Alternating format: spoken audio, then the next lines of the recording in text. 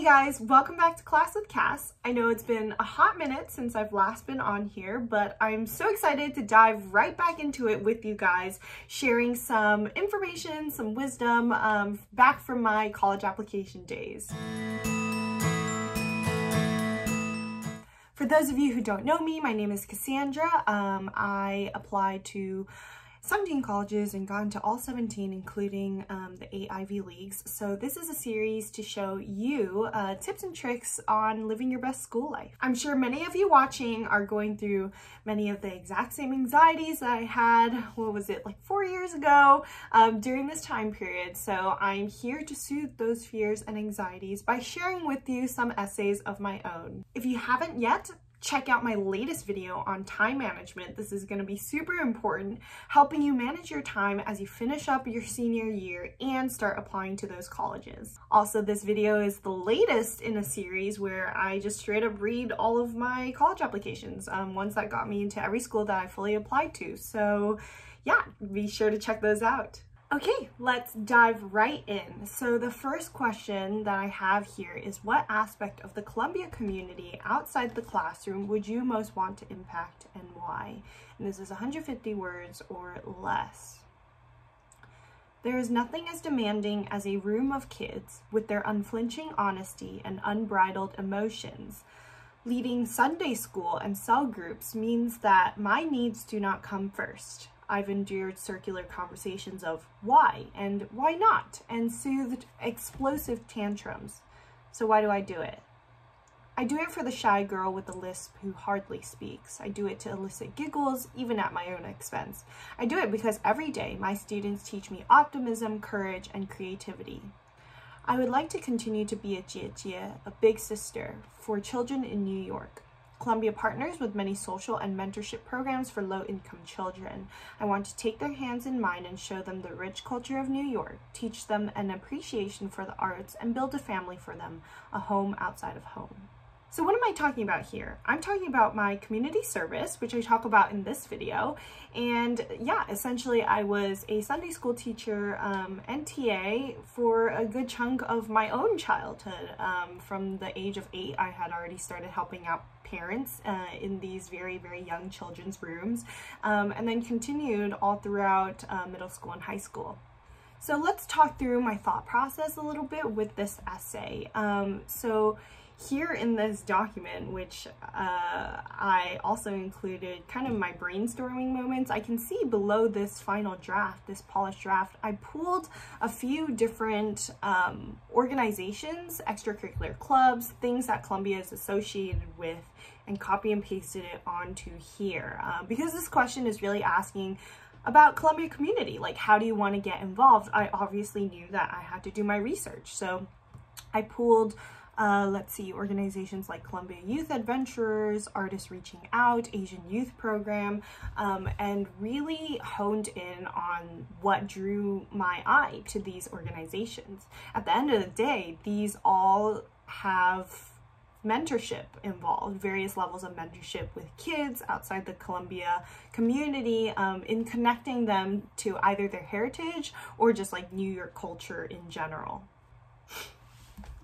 So I think my first instinct, if I were to look at an older draft of this essay, would probably be to name drop these organizations somewhere in the end. But I guess ultimately either I didn't think that it was a fit to like just name drop them, or I ran out of space. Likely a combination of both.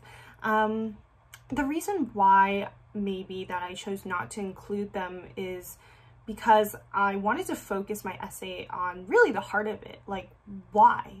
Columbia already knows what organizations it has, but when it's asking like, what do you want to be a part of? It's asking, why do you want to be a part of it? Like, what draws you to be a part of it? Do you have a passion for community? Will you fit into our existing community? Like, that's kind of what they're getting at.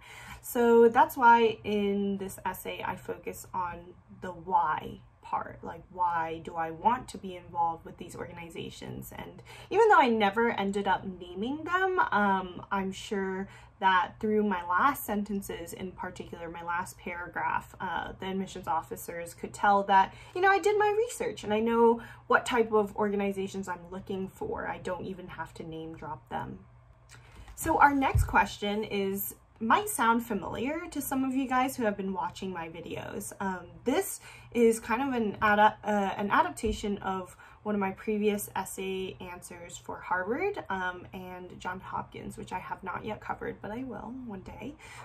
So the question is, for applicants to Columbia College, please tell us what from your current and past experiences, either academic or personal, that attracts you specifically to the field or fields of study that you noted in the member questions section. If you are currently undecided, please write about any field or fields in which you may have an interest at this time, 300 words and less. So I'm like 90% certain that I either went for some combination of like English and theater as my majors. When your first play is about a boy who eats so much junk food that he turns into a literal couch potato, you know you're on the right path to winning a Tony Award. After all, a potato is like play. It begins underground. The roots reach for nutrients and a strong grip on the earth. I am alone in my room with the seed of an idea, lights up on news articles and personal histories collected from hours of research. Because my perspective shifts, sprouts spring from the seed's eyes and the plant breaks the surface, announcing its presence to the world. I grasp opportunities to collaborate with artists and bring it to life. My play no longer flourishes through willpower alone. The countdown to opening night begins. Life as a potato isn't easy. There are powerful forces of nature to deal with and the struggle to grow, to emerge stronger than before. Every meeting with an artistic team of visionaries reshapes the play, discovers another layer, or goes off on a tangent. And those are the best conversations. Conversations that deeply move me when an actor shares his own experience about losing a parent, that reaffirm me in my moments of soul-crushing doubt, that validate the reason why I write, in hopes that my stories may resonate with even one person in the audience.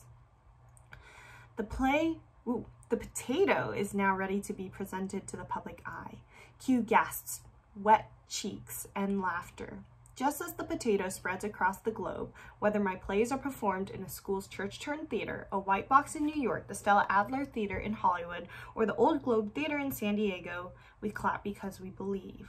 After all, one potato can yield an entire harvest more.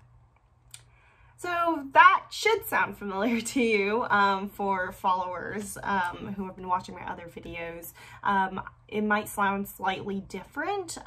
In other essays, I talk about the same topic, right, which is my love of theater, but I use different frameworks.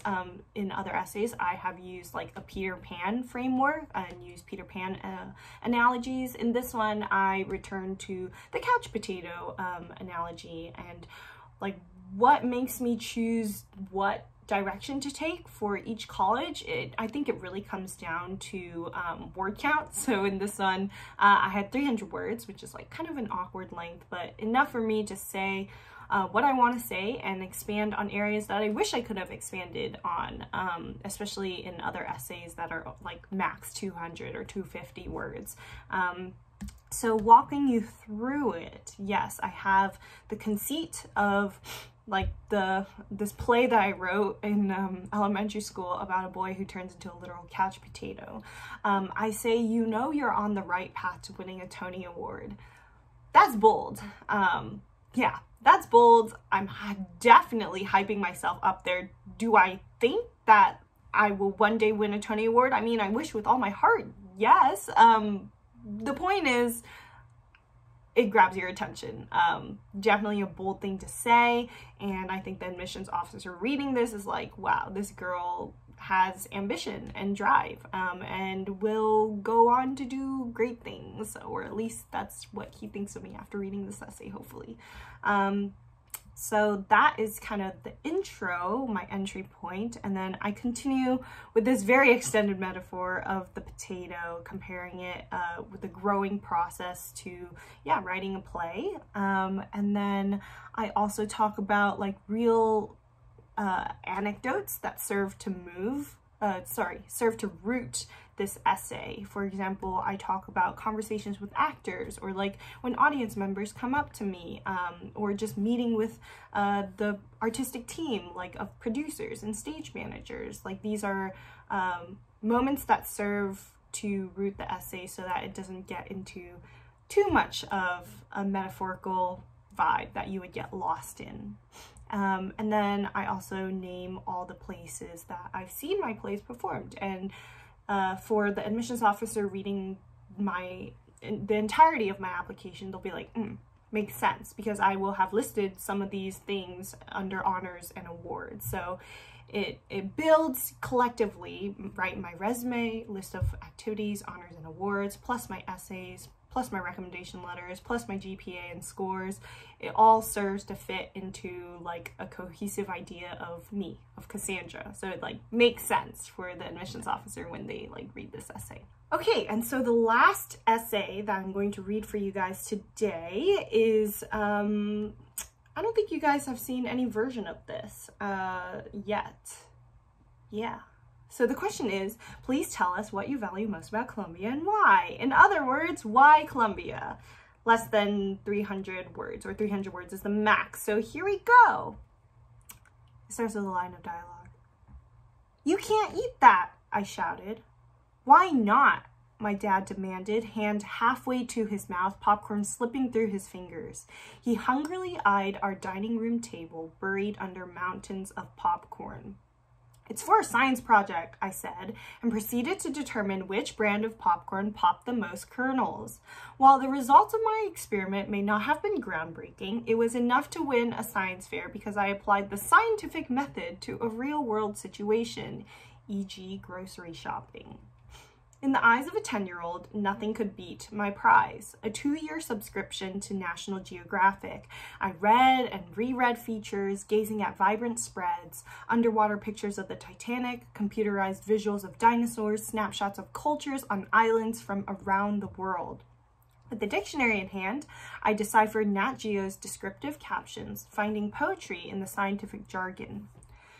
Columbia University is National Geographic come to life. I want to be immersed in interdisciplinary studies through the core curriculum, to explore classics with fellow students, to incorporate the universe's mysteries into my writing, to delve deeper into an advanced course of mathematics. The curriculum incorporates people of different interests into one classroom. This is a dangerous prospect. My insatiable curiosity will lead to endless questions about my classmates' diverse majors. Perhaps my professors will be the scientists and researchers featured in my War National Geographic issues. Maybe I will discuss the latest Broadway play with David Henry Hwang, or hear the behind-the-scenes account of Indignation with James Schamus. Taking advantage of New York would be second nature. I grew up concocting stories about the artwork at the Getty and getting hands-on in science museums. My hunger for the world can only be satisfied by a life-size National Geographic, nocturnal bike rides, and swim tests. Here I come. Let me guess, to a person who is unfamiliar with Columbia and its culture, this will sound a lot like question mark, like what are you talking about? So really only someone who knows that world well would understand what I'm saying here. And I actually think that's really important for you whenever you are writing a why type of essay. You want to reference things that maybe only insiders will get. Why? Because this shows that you have done your research. So I think I stumbled upon like this one class that takes its students on nocturnal bike rides, and then people know about like this swim test that Columbia makes you do, or these might be more stuff of myth and legend, but it doesn't matter because it has served to create the culture and what the world perceives as Columbia. At the end, I also kind of name dropped professors that I thought are so cool, and like I would absolutely like love to take classes with them. And more than that, I say why I would be, more than why Columbia, I think this essay shows it's why Cassandra would fit in to Columbia. Does that make sense? Like, I say that taking advantage of New York would be second nature. I grew up concocting stories about the artwork at the Getty and getting hands-on in science museums. New York is really famous for like having a ton of museums to explore, science museums, art museums.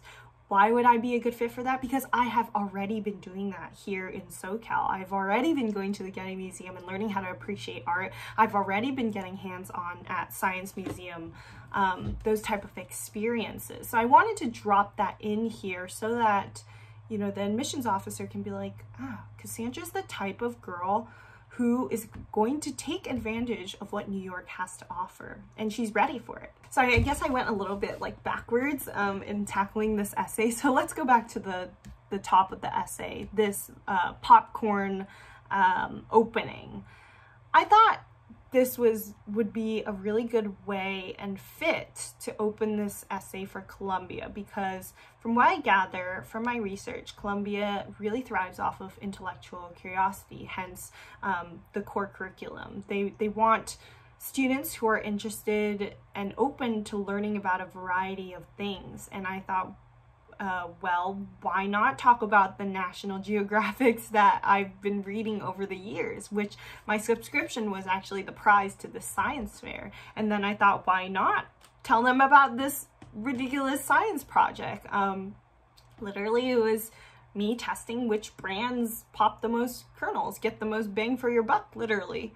So I don't remember the results of that. I'll have to dig in my files if you want to see that. But what I really wanted to capture is how this experiment captures my inquisitivity, my curiosity, my drive, my intellectual ambition to just know more, that I really am in love with learning about the world. So I also made sure to connect it to my interests, like as in where I'm going to major. I think Nat Geo is a really interesting choice for someone who is not actually going into STEM. So that is why I kind of focused on my writing aspects when I say things like, with the dictionary in hand, I deciphered Nat Geo's descriptive captions, finding poetry in the scientific jargon. I also slid in like snapshots of cultures, right? Because Nat Geo isn't just about like science and technology, but it's also about like culture and anthropology and these different various fields. So I made sure to connect it to what the admissions officer already knew about me. Now, a lot of people, I'm sure, in their college applications, specifically for Columbia, talk about Columbia's core curriculum. Honestly, what I'm saying here is not groundbreaking. I was just being honest. Like, why was I interested in the core curriculum? It's because it brings together students of like various backgrounds into one classroom, and you're able to interact. In fact, you're like kind of forced to interact with people who have drastically different interests than you. So it prevents you from like pigeonholing yourself into like one academic corner, and it gives you exposure to a lot of different fields, I think. And really that's what college is, right? You learn the most not from your professors or inside the classroom, but you learn the most from your peers. They're just such different people from all corners of the earth, interested in literally every possible topic out there. So that's kind of what I wanted to highlight when I did bring up core curriculum, is like, I would fit well because I like to know about a ton of different topics, and the structure of this program would allow me to do that. So that's pretty much it for me today. I hope it was insightful for you guys to hear my Columbia essays. If you have a specific video request that I have not covered before, also leave that, always open to suggestions. In the meantime, thank you guys so much for watching. Be sure to hit subscribe so you can see me next time go through maybe another college, maybe Princeton, who knows? And yeah, I will see you guys next time. Cheers.